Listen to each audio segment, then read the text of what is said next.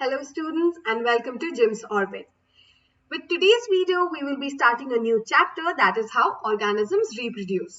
इस वीडियो में हम बहुत ही बेसिक्स टर्मिनोलॉजीज के बारे में बात करेंगे जैसे रिप्रोडक्शन क्या होती है, वेरिएशंस क्या होते हैं, टाइप्स क्या होती है ब्रीफली रिप्रोडक्शन की एंड उनके advantages and disadvantages. So let's take a quick look. सबसे पहले तो बात हमारी यही आती है कि रिप्रोडक्शन होता क्या है.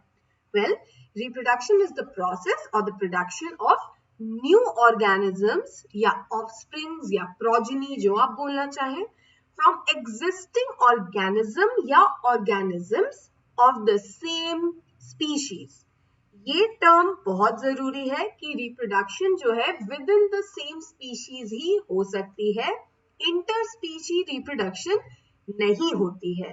ठीक है, ये बहुत इंपॉर्टेंट टर्म है. जैसे हमें पता है कि cats can reproduce with cats to make kittens, right? So ये रहे हमारे एग्जिस्टिंग ऑर्गेनिजम्स जिन्होंने एक न्यू ऑर्गेनिज्म प्रोड्यूस किया जो उनका ऑफस्प्रिंग या प्रोजेनी कहला सकता है. ठीक है, ऑफस्प्रिंग या प्रोजेनी. लेकिन कैट्स जो है वो डॉग्स के साथ तो रिप्रोड्यूस नहीं कर सकते हैं, है ना?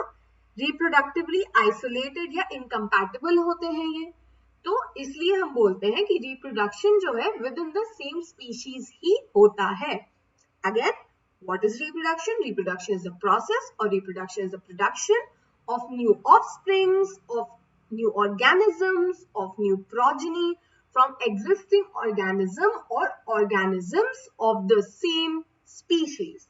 अब यहाँ पर मैंने ऑर्गेनिज्म और ऑर्गेनिजम्स क्यों बोला? क्योंकि जैसे हमें पता है रिप्रोडक्शन के टाइप्स होते हैं, right? There is asexual reproduction and there is sexual reproduction. अभी हम इनकी बात करेंगे और इनमें बेसिक डिफरेंस ये होता है कि एसेक्सुअल रिप्रोडक्शन में हमें सिर्फ एक पेरेंट की रिक्वायरमेंट होती है, whereas सेक्सुअल रिप्रोडक्शन में वी रिक्वायर टू पेरेंट्स और टू ऑर्गेनिजम्स. इसलिए हमने यहाँ पर ये बोला कि फ्रॉम एग्जिस्टिंग ऑर्गेनिज्म या ऑर्गेनिजम्स. ठीक है, ओके, मूविंग ऑन. सो अब ये टर्म हमने बहुत सुना है, variation, accumulation of variation, sexual reproduction gives rise to variation. Variation होता क्या है? Very simply put, variations are changes और रादर डिफरेंसेस. चेंजेस से बेटर बोलना है डिफरेंसेस जो एक से दूसरे ऑर्गेनिज्म में आपको दिख सकते हैं. फॉर एग्जाम्पल, अगर आपका कोई सिबलिंग हो, आपका कोई भाई हो या बहन हो, तो आप देखोगे कि इवन तो आपके पेरेंट्स सेम है, आप दोनों में कुछ तो चेंजेस है, राइट? हो सकता है कि आपकी सिबलिंग आपसे ज्यादा टॉल हो सकता है आपके बालों का कलर डिफरेंट हो सकता है आपकी आईज का कलर डिफरेंट हो, एंड मोस्ट इंपॉर्टेंटली आपका ब्लड ग्रुप डिफरेंट हो सकता है. तो वो सारी चीजें क्या है? आप दोनों के बीच की वेरिएशंस हैं, चेंजेस हैं. Even though you have the same set of parents, there are changes that are unique to each of you, right? So what are variations? Variation or variations are the differences between individuals within a same species. Obviously, again हम same species की ही बात कर रहे हैं, क्योंकि अगर मैं दूसरी स्पीशीज की बात करूं तो ऑब्वियसली वो हमसे अलग होंगे, राइट? ठीक है, so variation are the differences between individuals of the same species. अब वेरिएशन की इंपॉर्टेंस क्या होती है कि ये हेल्प करती है स्पीशीज को नए एनवायरनमेंट में अडेप्ट करने से. तो क्या होता है कि जब ये वेरिएशंस अक्यूमुलेट होते हैं, वो यूजुअली दो फैक्टर्स की वजह से हो सकते हैं. एक एनवायरमेंटल हो सकता है, आपकी वेरिएशंस एनवायरमेंटल हो सकती हैं. ठीक है, इसका मतलब ये है कि सर आपके आसपास जो सराउंडिंग है उसमें कुछ ऐसी चेंज आ गई कि ऑर्गेनिज्म को कहीं ना कहीं अडेप्ट करना पड़ेगा उस हिसाब से उस नए एनवायरनमेंट में सर्वाइव करने के लिए. क्योंकि अगर सर्वाइव नहीं कर पाएगा तो वो रिप्रोड्यूस नहीं कर पाएगा, रिप्रोड्यूस नहीं कर पाएगा तो वो नए ऑर्गेनिजम्स नहीं प्रोड्यूस कर पाएगा, और अगर नए ऑर्गेनिजम्स नहीं प्रोड्यूस होंगे सेम स्पीशी में तो क्या होगा? स्पीशीज एक्सटिंक्ट हो जाएंगी, खत्म हो जाएंगी. तो इसलिए वेरिएशंस इंपॉर्टेंट होते हैं. तो एनवायरमेंटल हो सकता है कि मान लो अगर वेरी स्मॉल एग्जाम्पल, अगर एक लेट्स से एक ऐसे कोई भी स्पेस है, रीजन है, ठीक है, यहाँ पर टेम्परेचर पहले बहुत हाई था और उसी हिसाब से आपके ऑर्गेनिजम्स वहां पे अडेप्टेड थे कि उनमें जो है वाटर रिटेंशन कैपेसिटी बेटर होगी या उनकी स्किन पतली हो सकती है, वो स्वेट बहुत ज्यादा करेंगे। लेकिन अगर ये मैं एग्जांपल ले रही हूँ बहुत सिंपल सा, अगर आप मान लो कि टेम्परेचर यहाँ बहुत गिर जाए एकदम से, ठीक है, बहुत कोल्ड एनवायरनमेंट हो गया, तो अब क्या होगा कि ऑर्गेनिज्म को खुद को अडेप्ट करना पड़ेगा, तो कुछ कर पाएंगे कुछ नहीं कर पाएंगे। अब क्या वेरिएशन ला सकता है, हो सकता है कुछ ऑर्गेनिजम्स अपना स्किन को ठीक कर लें, कुछ में फर आ सकता है ना, तो ये क्या करेंगे, उनको बेटर हेल्प करेंगे सरवाइव करने का, ये चेंज्ड वेदर, उनके एनवायरनमेंट में जो चेंज आएगी, तो इसकी वजह से क्या होगा, एक ही स्पीशी में हो सकता है कुछ के फर आ जाए कुछ के नहीं आए, तो जो बेटर अडेप्ट कर पाएगा अपने इस नए वेरिएशन की वजह से वो सरवाइव कर पाएगा। तो ये थे आपके एनवायरमेंटल वेरिएशन। दूसरे होते हैं आपके जेनेटिक वेरिएशंस, जो कि हम लोग देख सकते हैं between ourselves and our parents and our siblings. Very simple example is a blood group. हमें पता है डिफरेंट ब्लड ग्रुप्स होते हैं, A B and O, right. तो अगर हो सकता है आपके पेरेंट्स का ए हो, दोनों का ए हो, लेकिन आपका हो सकता है कि मे बी बी हो जाए या ओ हो जाए, तो डिफरेंट तरह के वेरिएशंस आपके ब्लड ग्रुप में भी पॉसिबल है। अगेन दूसरा एग्जांपल हो सकता है मे बी आई कलर, आपके पेरेंट्स का एक आई कलर हो सकता है बट मे बी आपका दूसरा आई कलर हो सकता है। So variations have a survival advantage usually, but ऐसा नहीं है कि हर वेरिएशन कोई ना कोई बिल्कुल आपको एडवांटेज प्रोवाइड कर ही रहा हो। तो अगर आपसे कोई पूछता है कि वेरिएशन क्या होते हैं, आप बोलोगे variations are differences between individuals of a same species या within the same species. दो तरह के हो सकते हैं वेरिएशंस, एनवायरमेंटल और जेनेटिक। और वेरिएशंस की इंपॉर्टेंस क्या होती है, ये हेल्प करती है न्यू ऑर्गेनिजम्स को बेटर अडेप्ट करने में to a new environment, ensuring survival so that the species can continue reproducing and producing more organisms and thus not undergoing extinction. ठीक है, I know that's a lot of information to process. कोई ऐसा बहुत hard concept नहीं है, बस हमें इतना ही सिंपली जानना है, ठीक है। Let's move on. तो अब बात करते हैं हम टाइप्स ऑफ रिप्रोडक्शन की। रिप्रोडक्शन दो तरह के हो सकते हैं। सबसे पहला होता है एसेक्सुअल। तो एसेक्सुअल रिप्रोडक्शन के कुछ फीचर्स क्या होते हैं, let's look at them. It only involves one parent या वन ऑर्गेनिज्म। एसेक्सुअल रिप्रोडक्शन में क्योंकि गैमीट्स नहीं बनते हैं, कोई फ्यूजन रिक्वायर्ड नहीं होता है, तो इसलिए हमें एक ही ऑर्गेनिज्म चाहिए। फॉर एग्जाम्पल अमीबा, ठीक है। अमीबा कैसे करता है, अमीबा एसेक्सुअली रिप्रोड्यूस करता है। किस तरह से,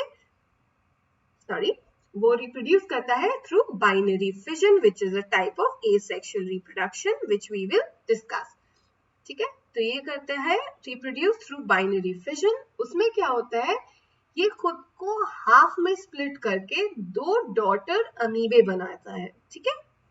सो एक ऑर्गेनिज्म से हमें दो डॉटर अमीबे मिले।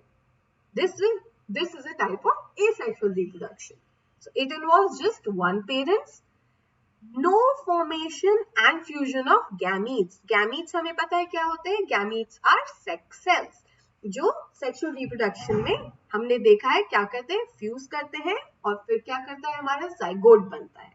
एसेक्सुअल रिप्रोडक्शन में ना ही गैमीट्स बनते हैं ना ही फ्यूज होते हैं। एसेक्सुअल रिप्रोडक्शन में जो यंग वंस होती है, जो प्रोजेनी होती है, जो ऑफस्प्रिंग होती है, they are almost identical to each other as well as to parent cell.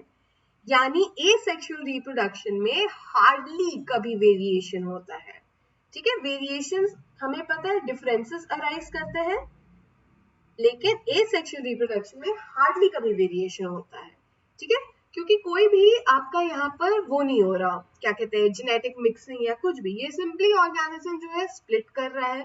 एक एग्जांपल में अगर मैं अमीबा की बात करूं, और दो आइडेंटिकल कॉपीज या क्लोन्स प्रोड्यूस कर रहा है, ठीक है, तो हम बोल सकते हैं कि एसेक्सुअल रिप्रोडक्शन के केस में क्लोन्स प्रोड्यूस होते हैं। Next, asexual reproduction generally occurs during favorable environmental condition, ठीक है, क्योंकि ऑब्वियसली अगर एनवायरनमेंट में आपको अडेप्ट नहीं करना है, सब कुछ सही चल रहा है, तो आपको वेरिएशन भी नहीं चाहिए होगी, तो आप क्यों टाइम और एनर्जी लगाओगे to go through sexual reproduction? मतलब आप नहीं, you can do that, but organisms, so mostly asexual reproduction आपको यूनिसेल्युलर ऑर्गेनिजम्स में दिखेंगे, जैसे amoeba, paramecium, hydra, and of course some plants like bryophyllum वगैरह, ठीक है।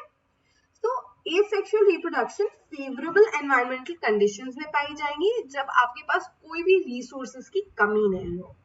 Also, asexual reproduction is a faster method of reproduction, क्योंकि obviously ये बहुत जल्दी होता है, unlike sexual reproduction, ठीक है, which takes a long time.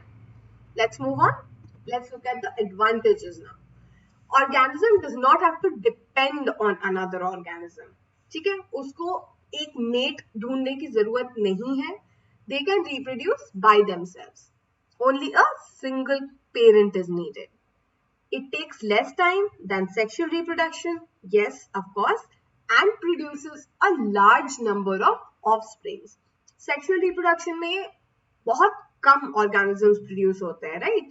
एक बार में एक या मे बी दो, अगर कुछ organisms की बात की जाए तो may be 4 or 5, but it's still a small number compared to the number of offsprings produced via asexual reproduction, ठीक है। So 1, it needs only one organism. 2, it takes less time, it takes less energy, and it produces more number of offsprings. 4th, जो आपके offspring होते हैं वो exact clones होते हैं आपके पेरेंट्स के, not exactly an advantage, but okay, इस पॉइंट को हम याद रखें तो बेटर होगा। क्लोन्स क्या होते हैं? They are exact copies of their parents, और अगर एग्जैक्ट कॉपीज है तो यानी वो जेनेटिकली भी सिमिलर होंगे, ठीक है। So clones are always genetically similar. Desirable characteristics can be easily incorporated अगर हम plants की बात करें with artificial vegetative propagation.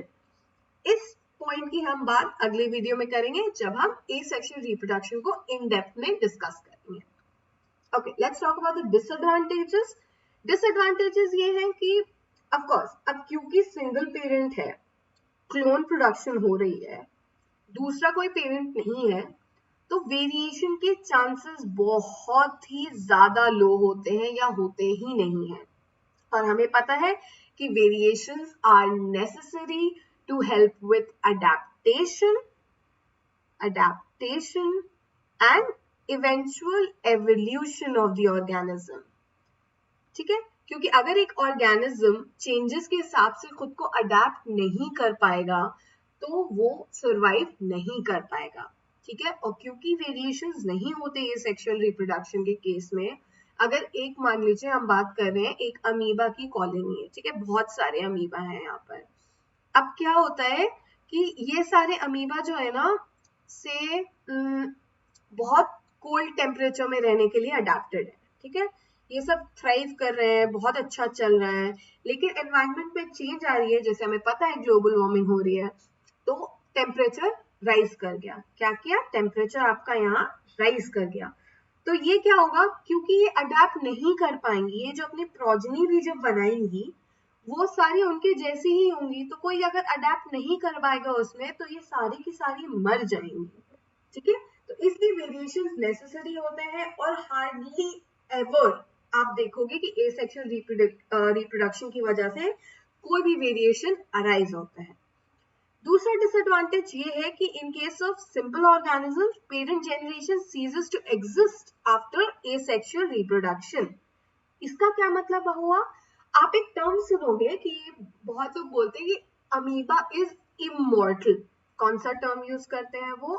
Immortal. ऐसा क्यों होता है? कि आपका जो पेरेंट है, ठीक है, ये आपका पेरेंट अमीबा था, ये क्या करता है, ये स्प्लिट कर जाता है 2 डॉटर अमीबे में, ठीक है। तो अब क्या हुआ, ये मरा तो नहीं ना, ये तो बस स्प्लिट कर गया 2 में, तो ये बस ऐसे ही कंटिन्यू करता रहेगा without it actually ever quote and quote dying, right. इसलिए कंसिडर किया जाता है कि amoeba is said to be immortal.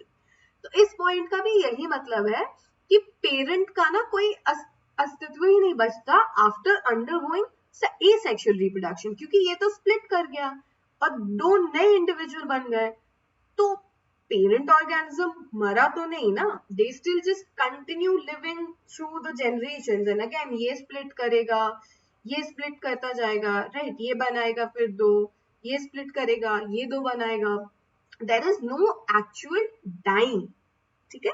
But the parent generation ceases to exist, वो एग्जिस्ट नहीं करेगी, क्योंकि अगेन ये स्प्लिट करके तो नए इंडिविजुअल बन गए। एक और डिसएडवांटेज क्या है एसेक्सुअल रिप्रोडक्शन का, कि it can not give rise to biodiversity which is important for a healthy ecosystem. Again क्योंकि उनमें वेरिएशन नहीं आएंगी, कोई चेंजेस नहीं आएंगे, कोई डिफरेंसेस नहीं आएंगे, तो डाइवर्सिटी ऑफ कोर्स नहीं क्रिएट होगी, क्योंकि डाइवर्सिटी क्रिएट होने के लिए हमें क्या चाहिए, चेंजेस चाहिए डिफरेंट तरह के, जो कि ऑफ कोर्स एसेक्सुअल रिप्रोडक्शन में पॉसिबल नहीं है। Next we have sexual reproduction. Sexual reproduction का क्या क्या फीचर्स है कि we need 2 parents, there will be gamete formation and fusion, this is sexual reproduction. जब गैमीट्स बनते हैं तो मियोसिस होता है, ये एक तरह का सेल डिवीजन है, it is a reduction division. इसमें क्या होता है कि हमें पता है कि हमारे सेल्स जो होते हैं वो डिप्लॉयड होते हैं, राइट, 2n, इनमें क्या होते हैं, पेयर ऑफ क्रोमोसोम होते हैं, है ना। लेकिन जब गैमीट्स बनती हैं तब यहाँ पे एक प्रोसेस होता है जिसको हम बोलते हैं मियोसिस, जो कि सेल डिवीजन है, जो कि क्या करता है, इस 2n को n बनाता है। तो ये हमारे बनते हैं गैमीट्स, जो होते हैं हैप्लॉइड इन नेचर, यानी they have half the number of chromosomes. ये क्यों इंपॉर्टेंट होता है, क्योंकि हमें क्या होता है, इंडिविजुअल जो नया बन रहा है, जो नई प्रोजनी बन रही है, उसमें हमें दोबारा से 2n चाहिए होता है ना। तो अगर मदर से भी आपको 2n क्रोमोसोम्स आए और फादर से भी आपको 2n क्रोमोसोम आए, तो आपका तो जेनेटिक मेकअप ही हिल जाएगा 4n, जो कि पॉसिबल ही नहीं है। इसलिए गैमीट्स का हैप्लॉइड होना जरूरी है, ताकि जो ये इनिशियल नॉर्मल 2n कंडीशन है वो वापस प्रोजेनी में दिख सके, ठीक है। तो that is when meiosis helps. Meiosis happens during gamete formation, जब आपके गैमीट्स बन रहे होते हैं, जो आपके सेक्स सेल्स होते हैं, जो अगर मैं ह्यूमंस के बीच में बात करूं तो क्या होते हैं, स्पर्म्स एंड एग। तो इनकी दोनों की क्या होती है, प्लॉइडी। जब मैं किसी की चीज की प्लॉइडी पूछती हूँ आपसे, द टर्म प्लॉइडी, तो इसका मतलब होता है मैं जानना चाहती हूँ कि उस ऑर्गेनिज्म का जो है क्रोमोसोम कैसे है, हैप्लॉइड है, डिप्लॉइड है, ट्रिप्लॉइड है। हैप्लॉइड यानी half the number of chromosome, diploid यानी 2 क्रोमोसोम है उसमें, ठीक है, twice the number, not 2। Triploidy यानी thrice the number of chromosome, tetraploidy 4 times the number of chromosome, ठीक है। तो गैमीट्स या सेक्स सेल्स मियोसिस के थ्रू क्या होते हैं, हैप्लॉइड बनते हैं, ठीक है, n number of chromosome, which is a very important step of sexual reproduction.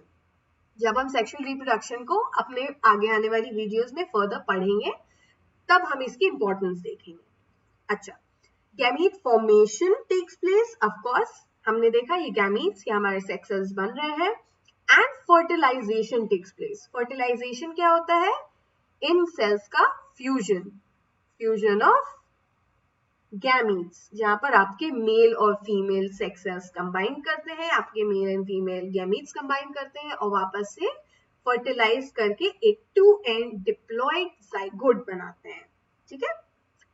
The whole process is slow and lengthy. Of course, अगर हम ह्यूमन रिप्रोडक्शन को ही देखें तो आपका कंसेप्शन से लेकर आपके actual formation of the progeny of the offspring of the child is a lengthy process, right? हमें पता है it takes approximate 9 months to make like one, or in very few cases 2 or 3, right? So in comparison to asexual reproduction, sexual reproduction बहुत ही slow होता है, lengthy होता है and takes a lot of time and energy. But sexual reproduction में क्या होता है, variations अकर, ठीक है? तो ऑफस्प्रिंग्स जो होते हैं वो अपने पेरेंट्स से डिफर करते हैं जेनेटिकली एंड फिजिकली, यानी ये क्लोन्स नहीं होते हैं. Okay, so let's look at some of the advantages and disadvantages of sexual reproduction. Advantages of sexual reproduction is कि वो अगेन जेनेटिक वेरिएशंस प्रोड्यूस करते हैं ऑफस्प्रिंग में. ये हमने देखा, चेंजेस आते हैं जैसे आपका different blood group, different hair colour, different height, बहुत सारी चीजें हैं. Species can adapt to new environments due to variations. Of course हमने देखा था कि वेरिएशंस किस में हेल्प करती हैं, एक स्पीशी को बेटर सर्वाइवल के लिए, क्योंकि वो बेटर अडेप्ट कर पाती हैं जिस भी नए एनवायरनमेंट के लिए उनमें वेरिएशंस आए, जिसकी वजह से क्या होता है, उनको सर्वाइवल एडवांटेज मिलता है.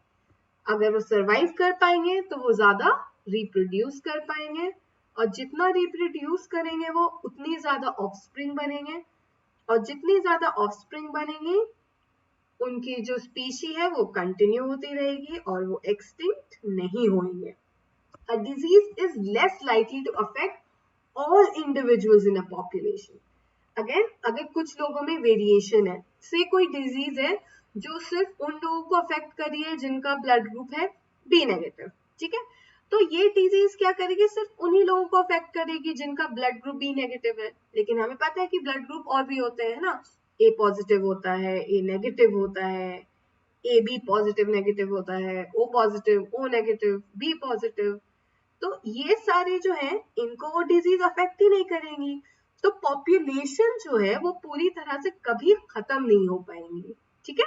क्योंकि ऑब्वियसली कोई भी डिजीज ऐसी आएगी, वो अलग सिचुएशन हो जाएगी कि वो सबको अफेक्ट कर रही है, लेकिन इट्स लेस लाइकली, उसके होने की पॉसिबिलिटी बहुत कम है, क्योंकि हम लोग एक दूसरे से even with in a species इतनी डिफरेंट है, इतनी सारी डिफरेंसेस हैं कि कुछ लोग बेटर सर्वाइव कर पा रहे हैं, कुछ लोग उतने अच्छे से नहीं कर पा रहे हैं.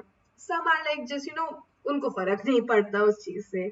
Why is this happening? This happens because of variation in the population. इसलिए वेरिएशंस इतने इंपॉर्टेंट होते हैं. Now let's look at some of the disadvantages. Disadvantages ये है कि टाइम और एनर्जी बहुत लगती है. एक इंडिविजुअल अपनी इंटरनल एनर्जी बहुत लगाता है to go through the process of sexual reproduction as well as to find a mate or a suitable match जिनके साथ मिलकर वो एक इंडिविजुअल या एक प्रोजेनी को they can give rise to, ठीक है? So बहुत टाइम और एनर्जी कंजम्पशन ज्यादा होता है. and of course it is not possible for an isolated individual to reproduce. हमारा कोई एक ऑर्गेनिज्म है जो सेक्सुअली रिप्रोड्यूस करता है, अगर they cannot find a mate, so they cannot reproduce. It's that simple. And of course sexual reproduction में आपकी एनर्जी लगती भी बहुत है in the process itself. asexual में क्या है, वो सिंपली डिवाइड कर जा रहा है, दो हमें मिल जा रहे हैं, इतना कोई एनर्जी नहीं है, कोई प्रोसेस नहीं है. लेकिन सेक्सुअल रिप्रोडक्शन में इतने स्टेप्स होते हैं, इतनी चीजें बनती हैं कि उसमें एनर्जी भी बहुत लगती है ऑफ एन इंडिविजुअल, ठीक है? So these were a few advantages and disadvantages of sexual reproduction. And just to recap, हमने क्या क्या पढ़ा? हमने पढ़ा कि reproduction क्या होती है. So reproduction is the process of production of progeny or offspring or new organisms from existing organism or organisms within the same species. ठीक है? दो तरह की रिप्रोडक्शन होती है, एसेक्सुअल रिप्रोडक्शन और सेक्सुअल रिप्रोडक्शन. एसेक्सुअल रिप्रोडक्शन में एक पेरेंट चाहिए होता है हमें, और वो जो प्रोजेनी प्रोड्यूस होती है वो क्लोन्स होती हैं. पेरेंट का अस्तित्व खत्म हो जाता है एंड वेरिएशंस नहीं मिलते हैं हमें एसेक्सुअल रिप्रोडक्शन के थ्रू. सेक्सुअल रिप्रोडक्शन में क्या होता है, 2 पेरेंट चाहिए होते हैं। वो इसमें क्या होता है, गैमीट फॉर्मेशन होती है और फिर उन गैमीट्स का फ्यूजन होता है। एसेक्सुअल रिप्रोडक्शन में गैमीट फॉर्मेशन नहीं होती है। सेक्सुअल रिप्रोडक्शन क्या होता है, वो ज्यादा बेनिफिशियल होता है क्योंकि वेरिएशंस आती हैं सेक्सुअल रिप्रोडक्शन की वजह से। वेरिएशन क्या होते हैं, वेरिएशंस आर डिफरेंसेस, ठीक है। सो वेरिएशंस आती है सेक्सुअल रिप्रोडक्शन की वजह से। ऑर्गेनिजम्स में जो वेरिएशन क्या करती हैं, उनको नए एनवायरनमेंट में अडेप्ट होने के लिए बेटर प्रिपेयर करती हैं, hence leading to better survival of the population.